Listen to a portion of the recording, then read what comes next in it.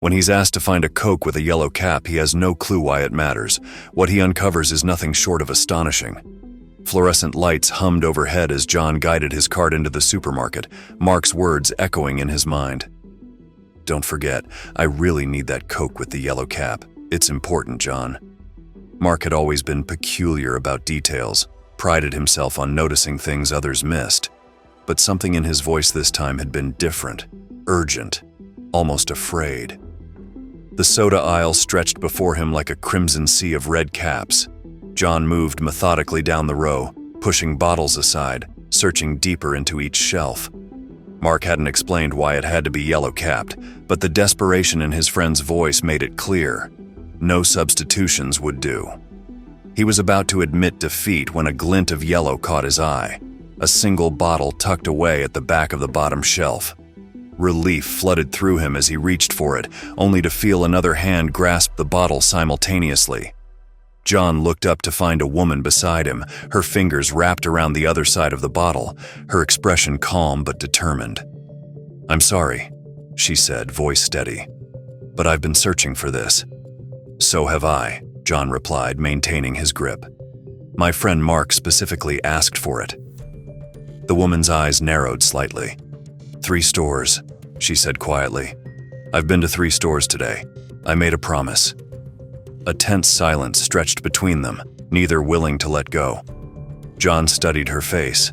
There was something in her expression, a hint of the same urgency he'd heard in Mark's voice. "Take it," John said finally, releasing his hold. "But please, what makes this one so special?" She withdrew the bottle, cradling it almost protectively. "It's the yellow cap," she said, as if stating something profound. "It's different." She paused, then added softly, "You should ask your friend why." John watched her disappear around the corner, then pulled out his phone. Why is this yellow cap so important? The minutes crawled by. Finally, his phone buzzed. "Any luck?" Mark's message read, "No, someone else got the last one. What's going on with these yellow caps?" The response took long enough that John almost gave up waiting. "It's a long story. Just try to find one, okay? I'll owe you big time, John." John stared at his phone, the mystery of the yellow cap growing deeper with each passing second. John had always been drawn to puzzles, the kind that made others shake their heads and walk away. His apartment was filled with half-dismantled pocket watches and dog-eared books on obscure historical events. So when Mark dodged his questions about the yellow cap, and that woman treated a simple soda bottle like a precious artifact, John's curiosity ignited. "Excuse me," he called out to the customer service clerk, wheeling his cart toward the front desk. "Those Cokes with the yellow caps, do you have any more in stock?" The clerk looked up from his phone, dark circles under his eyes suggesting a long shift. "Yellow caps?" He frowned as if trying to recall something. "You know, it's weird. I've only been here 2 weeks, but those always disappear fast. No idea why. We're out, though." Movement through the store's front windows caught John's attention. The woman from earlier was carefully arranging her groceries in her car, treating the yellow-capped bottle with the delicate precision of someone handling fine china. John hesitated, one foot already moving toward the exit, but before he could decide whether to approach her, she slid into the driver's seat and disappeared into traffic. Sitting in his car, John drummed his fingers against the steering wheel. "This is absurd," he thought, even as he pulled up his phone's map app. But since when do people treat soda bottles like they're made of gold? A second supermarket glowed on his screen, barely 10 minutes away. One more try. The fluorescent lights of the second store buzzed overhead as John made a beeline for the soda aisle. More red caps stretched before him, a sea of identical bottles. His fingers worked methodically, pushing through row after row until… there. One yellow cap tucked away like buried treasure. John grabbed it, studying the bottle. No special markings, no promotional text, nothing to suggest why it warranted such attention. Just that distinctive yellow cap gleaming under the harsh store lights. "Question for you," John said, approaching the manager's desk with the bottle in hand. "What's the story with these yellow caps?" The manager's face brightened with recognition, his lips curving into a knowing smile. "Ah, you're looking at our Passover stock," he said, nodding toward the bottle. "Those are kosher certified, made with a special recipe this time of year. Not many stores get them, and they go fast." John stared at the bottle in his hand, pieces of the puzzle finally starting to align.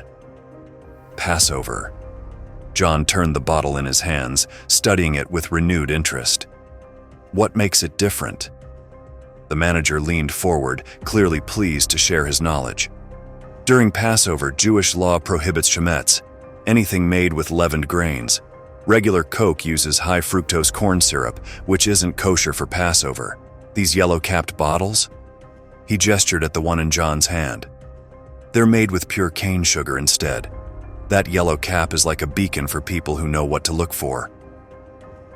As John listened, a memory surfaced. Lunch with Mark months ago, when he'd mentioned growing up in a traditionally Jewish household. Mark had gotten unusually quiet when talking about his grandmother's Passover seders, how she'd transformed their dining room into something magical each year. John remembered now, Mark's childhood duty had been tracking down the special kosher products, including that yellow-capped Coca-Cola. "It's not a real Seder without it," she'd always say, her shopping list already in hand. When John finally delivered the bottle to Mark's apartment that evening, he expected a casual thanks. Instead, Mark cradled the bottle like it was made of crystal, his expression softening with memory.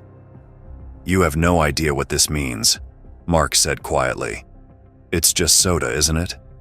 Mark shook his head, his fingers tracing the yellow plastic. "My grandmother had this tradition. Every Passover, she'd find something special just for our family. One year it was artisanal chocolates. Another year it was this specific blend of tea from Israel. But somehow this..." He lifted the bottle. "This became constant. Maybe because it wasn't trying to be special. It just was." He settled onto his couch, still holding the bottle.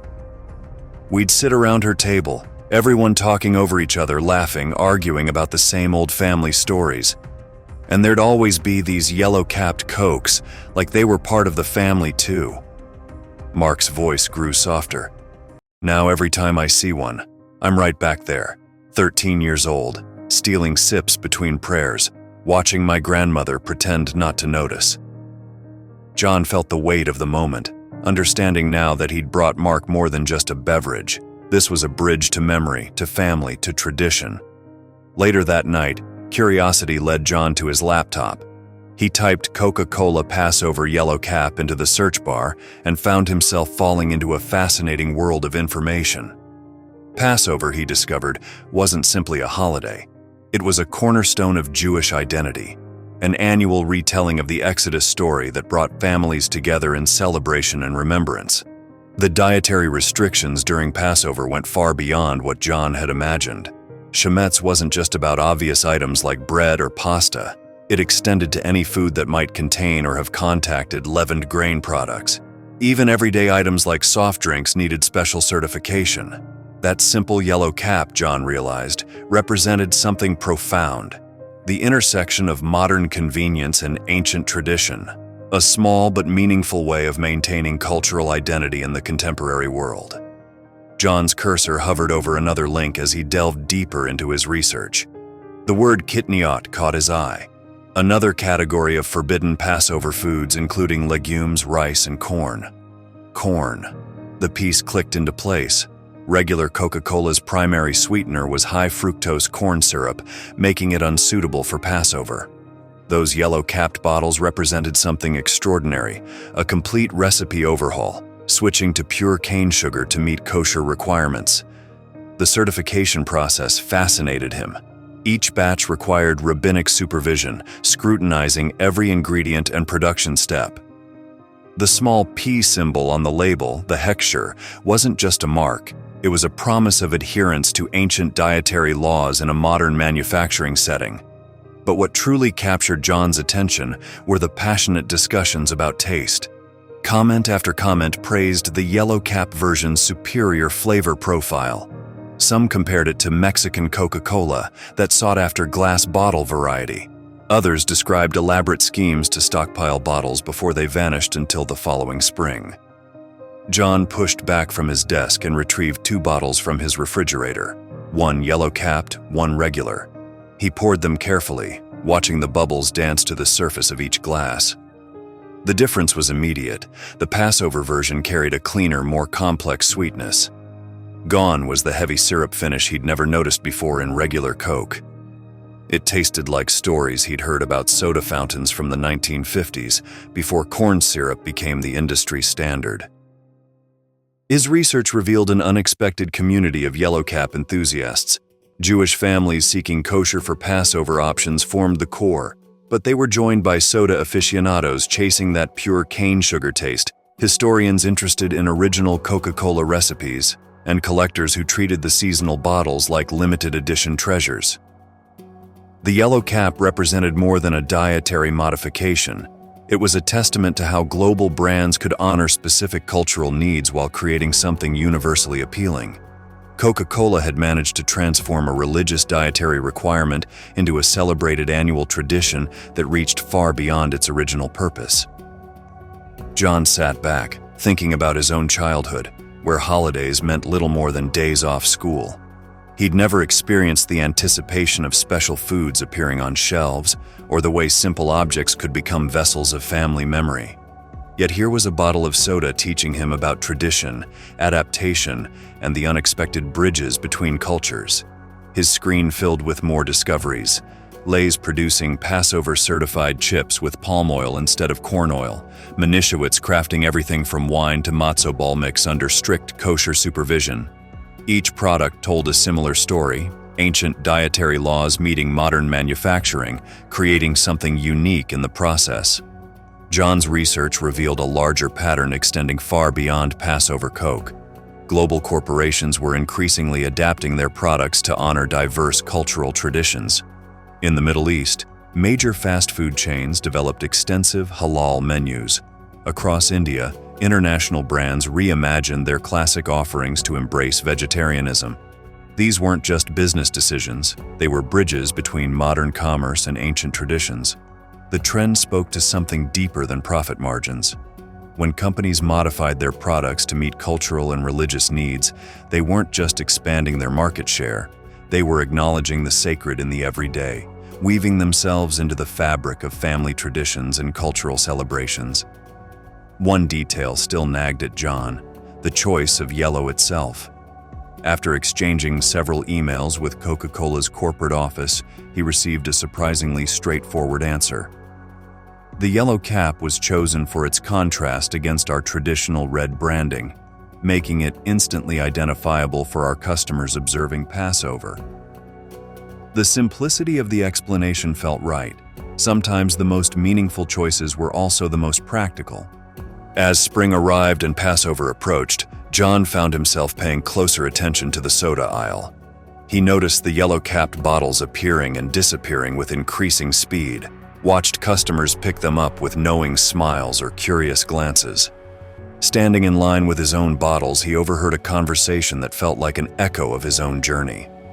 "What's with the yellow cap?" a customer asked the cashier.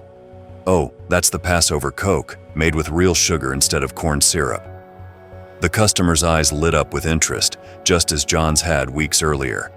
He smiled, recognizing the beginning of another person's journey into this unexpected intersection of corporate America and ancient tradition. Walking to his car, John reflected on how his simple curiosity about a yellow bottle cap had led him to understand something profound about modern life. In an age of mass production and global markets, traditions hadn't disappeared, they'd adapted. That yellow cap represented more than a seasonal change in ingredients. It was a symbol of how the mundane could become sacred, how ancient practices could find new expressions in the modern world, and how even a bottle of soda could help preserve the rituals that kept families and communities connected across generations. He placed his yellow-capped bottles carefully in the passenger seat, no longer seeing just a soft drink but a small piece of a much larger story, one that continued to unfold with each passing year, one yellow cap at a time.